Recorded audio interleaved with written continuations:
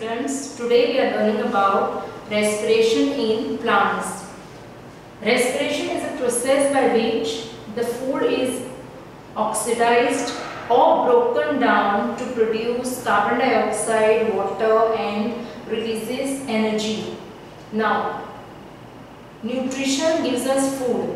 So this food has to be broken down into carbon dioxide, water and energy. This energy is required for growth, development and to carry out all the processes of the body. So there are various chemical reactions taking place in respiration. A part of it takes place in the cytoplasm of the cell and a part of it takes place in the mitochondria of the cell, that is a cell organelle inside the cytoplasm. So because of that, this mitochondria is called the powerhouse of the cell. Now, because plants are stationary, they do not require more energy compared to animals. So they have less mitochondria compared to animal cells. All plant cells will have less mitochondria compared to animal cells, whereas animal cells will have more and muscle cells will have most of the mitochondria than the other animal cells. Similarly, because they trap solar energy from the sun directly, they require less mitochondria. The second reason why plant cells have less mitochondria. So now we are coming to the steps involved in respiratory process. Respiration involves some basic steps, which are, in the first one, the oxygen enters the leaf through the stomata or stoma in the form of a gas. Now this, when it enters, it goes into the cells where this will take place, reaction of respiration will take place, and inside the mitochondria and cytoplasm, the glucose will be broken down by this oxygen which has gone into the leaf through the stomata into carbon dioxide, water and energy. Now this energy is stored in the form of energy-rich molecules called ATP. It is adenosine triphosphate. Now, at the end of any reaction, there are the waste products or the end products, that is carbon dioxide and also water vapor. The water and carbon dioxide are two end products or waste products of respiration, and they both come out again, diffuse out of the leaves through the stomata. There are two types of respiration. One is aerobic and anaerobic. Now this happens in presence of oxygen, whereas anaerobic is in absence of oxygen. So this is breaking down of glucose in presence of oxygen to form carbon dioxide and water and release of energy, which is 38 ATP, that is more, because all living organisms require more energy for their metabolic activities, whereas this happens in yeast and some bacteria. And what happens here is there is partial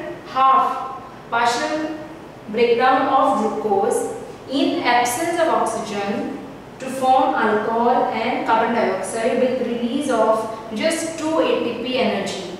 So this happens in all living organisms, whereas this happens only in yeast and some bacteria. Now, in both of them, the oxygen comes in the form of a diffused gas through the stomata, and the waste products, carbon dioxide and water vapor, moves out of the plant body to the stomata. One stomata is singular, is called stoma. Now, how this happens? The oxygen enters the stomata, it goes to the air spaces. The leaf is made up of parenchyma cells and a lot of air spaces. Because of these air spaces, there is diffusion of gases taking place efficiently. So oxygen is continuously flowing in the leaf, and it is made in a parenchyma cells are there, and then the carbon dioxide which is given out efficiently passes out of the plant body. Now the stomata are more on the underside of the leaf and less on the upper side of the leaf. So because of that, there is more photosynthesis taking place in the underside of the leaf. In anaerobic respiration, because they do not require oxygen, yeast and some bacteria are called anaerobes.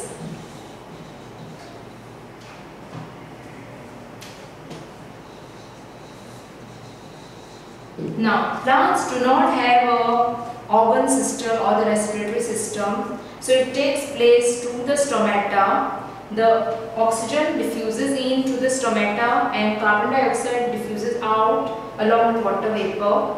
How this is taking place is because there is many air spaces inside the leaf which keeps it continuous flow of these gases in and out, because there is a interconnected network of air spaces which allows these gases to diffuse in and out efficiently.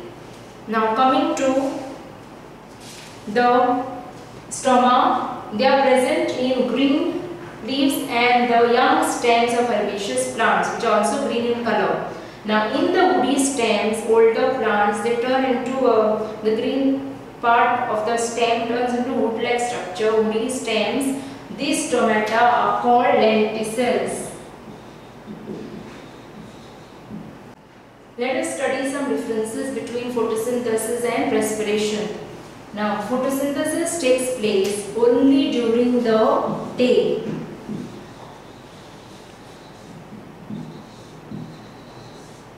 Whereas respiration is a process where it happens in all living organisms. So plants are living organisms, so it happens during the day as well as night.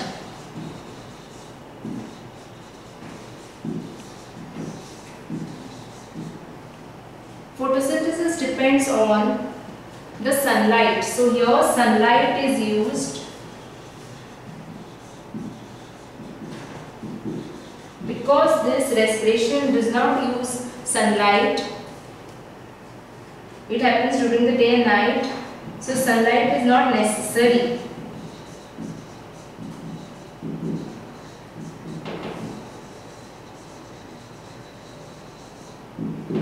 In this, energy is obtained from the sunlight and it is stored in the form of chemical energy. So solar energy is converted to chemical energy,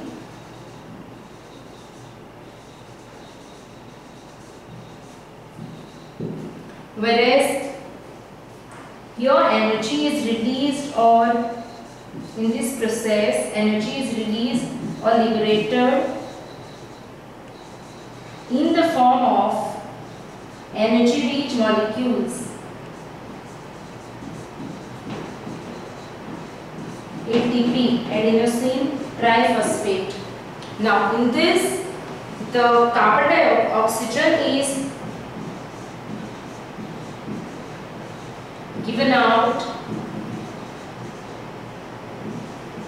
and carbon dioxide is taken in, and your carbon dioxide is given out.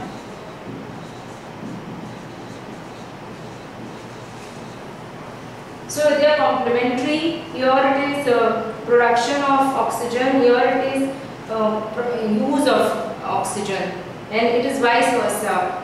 Now coming to the last one, this happens in young stems and green leaves, whereas this takes place in all the cells of the plant.